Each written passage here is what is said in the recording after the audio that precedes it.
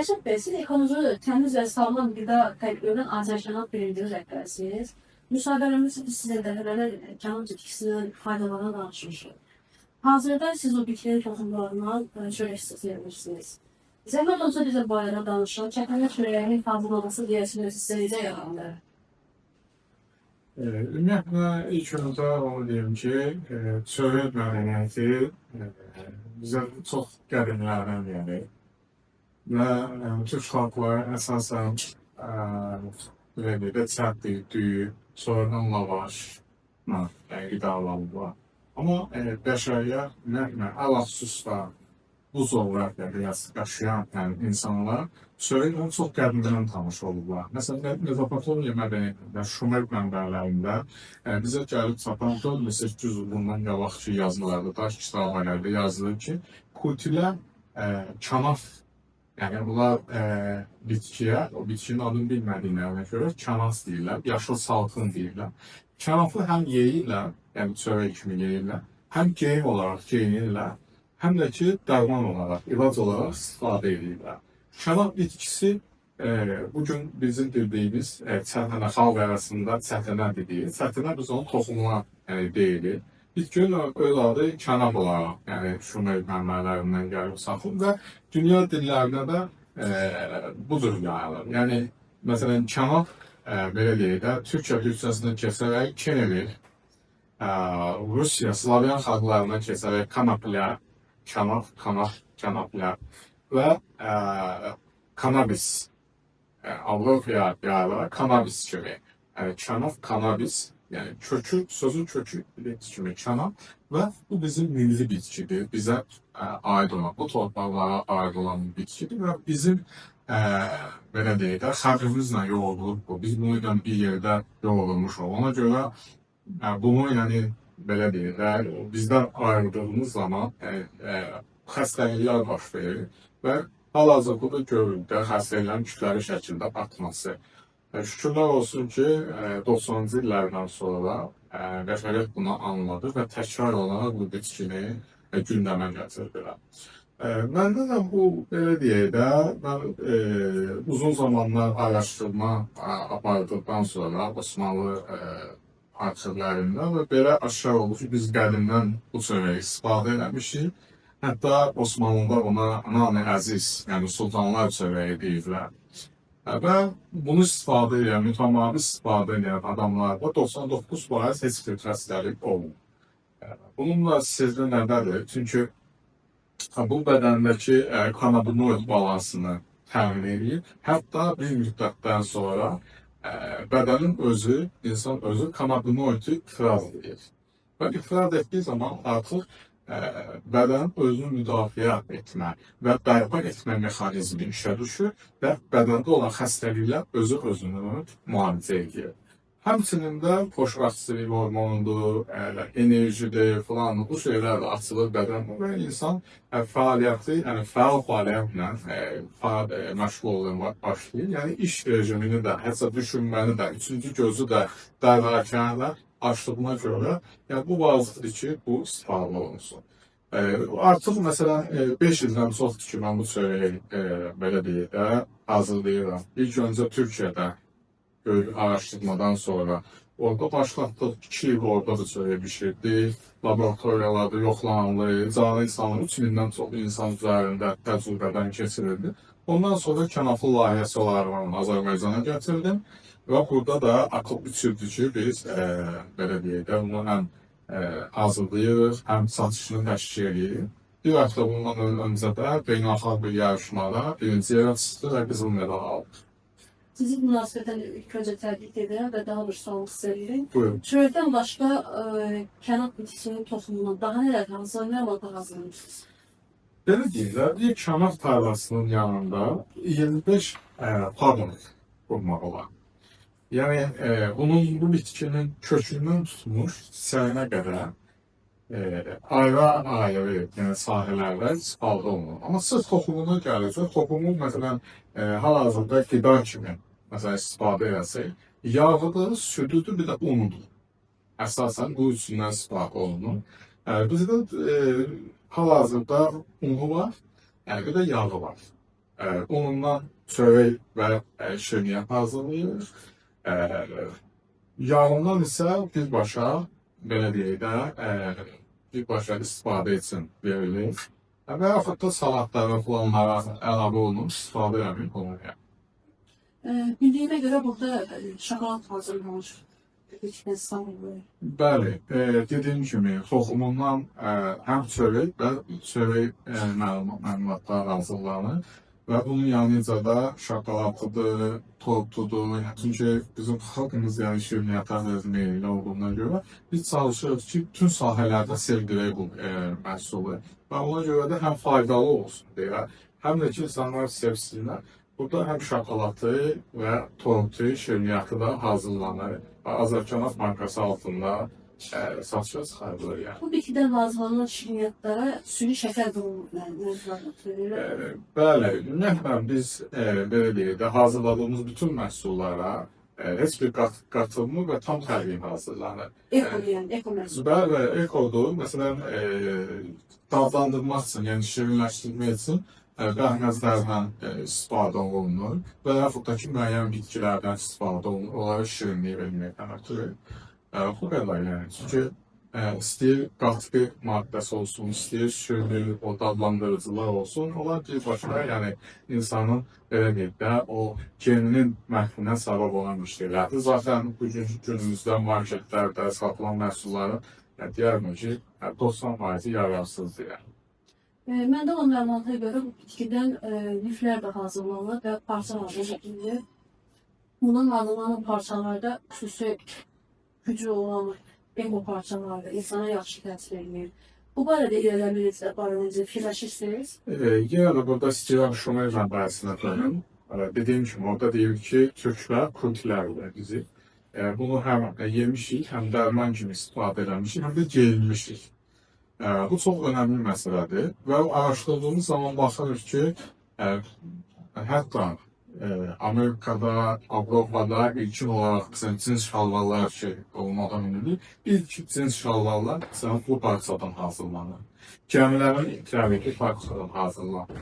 Və bugünkü gündə bütün uşaq paltarları, ələlxüsusda alt paltarları bunun ipindən hazırlanır. Hansı ölkələrdə bu? Əsasən Almaniyada, Kanadada, Rumuniyada bunun parçasını hazırlayırlar. Nəyə görə bundan uşaq paltarlarında? Bir də cərrahi iplər. Çünki antibakteriyal. Yəni bu bitkinin lifi konkret olaraq yəni mikrobakteri yaxınlaşdır yəni. Bir tərəfi budur. İkinci tərəfi belə deyək də radiasiyanı özünə çəkir. Əgər bədəndə bir, məsələn, hal-hazırda biz müasir dövrdə texnika, şüalar, planlar, bədənimiz ondan dolur. Və bu, həmin o şüanı çəkir özünə, bədən təmizləyir. İstənilən əsəbi adama bundan dikilmiş bir parça üstünə atsa, həmən o çəkir özünə sakitləşir. Uzun, yəni, frekansı yüksəkdir. Bitkinin ümumiyyətlə frekansı ən yüksəkdə olduğuna görə insanın əhval-ruhiyyəsinə təsir göstərir. Yəni ona enerji də verir. Bəli, enerji verir, əhval-ruhiyyəsinə təsir göstərir. Belə deyək də, istəyir qida kimi qəbul olunsun, istəyir geyim kimi qəbul olunsun. Hətta, məsələn, inşaat materialı kimi bunun gövdəsindən inşaat materialı istifadə olunur. İnşaat materialı, bundan tikilən evlər sinir sisteminə tabi olunurlar və bununla da bədəndə hansısa bir orqan artıq sıradan çıxır. Və yaxud da ki, ən populyar olan bu dəqiqə xəsəf xəstəliyi yaralanır. Bu bitki həmin o hüceyrələr, birləşik hüceyrələr parçalayır, birləşməyə qoyur. Və yaxud da gücü çatmadığı təqdirdə onu mühasirəyə alır. Və mühasirəyə alır, bir müddət onu kənardan blok edir və kənardan qidalanmasının qarşısını alır. Və bir müddətdən sonra hüceyrə məcbur özünü yiyir. Belə inkişafdır. Bəli, inkişafı dayanıcılığına görə hüceyrələr öz-özlərini yeyirlər. Buna elində otofaji prosesi deyilir. Və bununla da bədəndə olan həmin o problem xəstənin aradan çıxmış olur, getmiş olur. Rəcəb bəy, məlumdur ki, hazırda ölkəmizdə xeyli sayda narkotik hastası var. Bu barədə nə kimi dəstək olar kənar bitkisi Dediyim kimi, deməli bu bitki, əgər normal bu bitki ilə qidalanan, travmalı qidalanan insan heç zaman o narkotik vasitələrdən istifadə etməz. Məsələn, araşdırmalar nəticəsində baxırıq ki, narkotik vasitələrdən istifadə edənlərin çoxu ilkin başlanğıc olaraq xoşbəxtçilik arayışında olan insanlardır. Xoşbəxtçilik axtaranlar yəni bu yəni narkotika müraciət edirlər. İlkin olaraq hamısı elə başlayır. Və bir insan əgər xoşbəxtdirsə, niyə gedib onu axtarsın ki? Xoşbəxt deyilsə, ola bilər ki, axtarsın. Ona görə də bu bitkinin daimi yeyən, mütəmadi yeyən adamlarda o xoşbəxtçilik hormonu da normal şəkildə ifraz olunur, ehtiyac olmur ki, o gedilməyiləsin. Və yaxud da tutaq ki, hansısa bir insan artıq xəstələnibsə, onu da bəli, müalicə etmək olar. Bu bitkidən ona daimi yeməklə, onlar artıq o xoşbəxtçilik hormonu açılacaq, müəyyən o asılılıq, başqa maddələrdən asılılığa qarşı güc yaranacaq və mütəmadi olaraq yavaş-yavaş çəkinəcək onlar. Ona görə reabilitasiya mərkəzlərində, yəni bu layihə olaraq, mən də bunu ya dövlət, ya ictimai təşkilatlar, məsələn, işləməlidir. Və bütün o reabilitasiya mərkəzlərində bu bitki tətbiq olunmalıdır. Yəni çörək məsələn. Çörək ola bilər, yağı ola bilər, toxumundan, unundan, məsələn, istənilən bir yeməklər hazırlana bilər. Yəni şərt deyil çörək. Çörəyin bir üstün cəhəti odur ki, çörək burada deməli xüsusi olaraq özünün mayası var. Siz baxdınız da çörəkdən. Buna droj olmuşsunuz. Yox, bunun özünün Türkiyədə biz bitki üzərində uzun zamanki araşdırma vardı. Orada mən bitkinin özündən maya aldım. Həmin maya patentdə bizdə aiddir, dünyada ilkdir. Sətələ bitkisini diyorsunuz. Bəli. O maya ilk bizdədir. Düzdür, Kaliforniya Universitetindən bir professor iddia edir ki, onda da var. Amma ortada yoxdur. Bizimki ortadadır və budur. Maya istənilən laboratoriyaya girir və bunun birinci özelliyi nədir? Ligand mayadır. Bu sobaya, məsələn, istənilən sobaya sobaya girdiyi zaman, məsələn ki, orada 200 dərəcə istilik, ya 250 dərəcə istilik, bütün mayalar ölmür. Yəni bakteriya ölür də, maya nədir? Mayanın tərkibində bakteriya. Bu bakteriya ölür. Bunun ölməmə səbəbi gigant bakteriya, yəni elmə məlum olmayan yeni bakteriya və buna gigant bakteriya deyilir, yəni ölmür istəyirəm. Bu ölmədiyinə görə bu hal-hazırda içində məsələn canlı bunun bakteriya var. İnsan bunu məsələn belə deyir, bu qədər. Gün ərzində bu qədər yediyi zaman artıq onun belə deyək də, bakteriyada bədəndə həm bağırsaq florasını bərpa edir, həm beynin işləmə funksiyasını bərpa edir. Yəni çörəyin mayası olduğuna görə formülün təsəvvürün məhsullarının üstünlüyü budur. Yəni mayasının olması, yəni mayanın tərkibində o canlı bakteriyanın olması. Və bu çörəyi nə dediyim kimi, çox məsələn yemək olunur, müəyyən müddət yeyilir, müəyyən müddətdən sonra o bədəndə kanabinoid balansı, yəni bədən özü artıq başlayır ifraz eləməyə. Yəni mayanın üstünlüyü oradadır ki, bədənin kanabinoid balansını, yəni kanabinoid ifraz eləyən orqana tətikləyərək onun ürətməsini gətirib çıxardır. Bununla da bədən özü artıq başlayır kanabinoid üretməyə. Yəni xoşbəxt olmağa. Bəli, xoşbəxt olmağa başlayır, sağlam olmağa başlayır və heç bir kənar dəstəyə ehtiyacı olmur. Sadəcə müəyyən müddətdən bir dəstəkləyici olaraq, yəni o oradan çalışsın deyə bəli, müəyyən məsələn müddətdən bir yeməlidir. Amma ilkin olaraq bunun bir belə deyək də, müəyyən bir müddət yeməli ki, açılsın. İnsan var ki, 40 gün, biz ortalama məsələn deyirik ki, 100 qram günə yeyir, 40 günə açılacaq. Yəni genel olaraq 50-60% insanlarda bu cür olur. Tez olan da olur, gec olan da olur, o xəstəliklə bağlıdır, bədənin müqavimət gücü ilə bağlıdır. Amma ortalama 40 gün, 40 gündən sonra məsələn heç bunu yemək olmur. Yəni çünki bədəndəki açılır. Biz bir tikəni belə, o belə bir tikəni məsələn o yeməyiz. Bəs bunu yiyəndə başqa çörəklərə insan ehtiyac duyur, yoxsa yox? Çünki, yox, bunun çünki insanın ümumiyyətlə ehtiyac duyduğu nədir? Xoşbəxtlik olmalı. Xoşbəxtlik olmaq bunun hamısı yerində. Yəni, Belə deyək də, yağlardır. Hı hı. Yağların omega 3'lü, 6'lı, 9'lu hamısının tərkibində var. Sonra proteindir. Həm əzələlər üçün, həm ümumiyyətlə bizim belə deyək də, ayaq üstə enerji dayanmaq və 33% protein. Bir də qalan karbohidrat. Qalan faizi də üçüncü hissədə karbohidratdır. O da həmin o dediğimiz o çörək hissəsi kimi var. Onun əvəzi deyil. Çünki burada bir neçə komponent birləşir.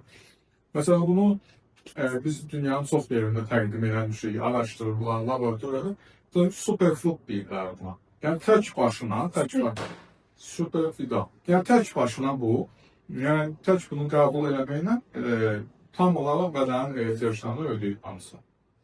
Çünki minerallar da var içində. Ona görə də məsələn o əsasən veganlar, vegetarianlar görürsünüz ki, onlar ət yemir. Tək bununla qidalanmalı. Onların o ehtiyac balansını təmin edir. Bəli, ehtiyac balansını təmin edir. Digər şeylərə ehtiyac olmur. Yəni görürsünüz ki, məsələn, turistlər, xaricilər, çantalarında gəziləri mən onun günə 100 gram. Bir öğün dayansın bilək ki, bir yemək üçün 100 gram yeyir, o bəs edir. Bəs idmançılar var elə deyirlər. 33% protein olduğundan görə təbii proteindir. Əzələnin möhkəmlənməsi, şişməsi, yekəlməsi üçün bir də enerji verdiyinə görə bəli, idmançılara da tövsiyə edirik. Zaten yəni dediyim kimi də əsas idmançıların bu yeməkdir bu. İdmançılar bu yəni qidalanmalıdır ki, sürətli şəkildə nəticə görsünlər. Yenə dediyim kimi, əzələrin istəyir bölməsi üçün istəyir də ki, o enerji baxımından bununla qidalanan insan enerji yorulmur yəni. Bu baxımdan görə bəli, onlar da istifadə etsə yaxşıdır. Aydın Rəşad bəy, istəyənlər çörəyi hardan alsınlar? Azərkənaf, yəni artıq məşhurdur deməkdir.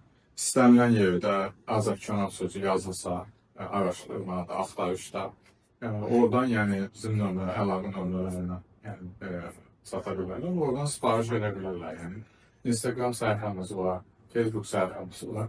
Oradan yəni əldə edə bilərlər. Elə bir yazmaları, bir istəməkləri yetər ki, biz onu hazırlayaq, özəl olaraq hazırlanır. Şəxsə özəl hazırlanır. Sipariş lazım. Bəli, sifarişlə hazırlanır və çatdırılır. Aydın sizə işlərinizə olur. Təşəkkürlər, çox sağ olun. Sağ olun. Sağ olun.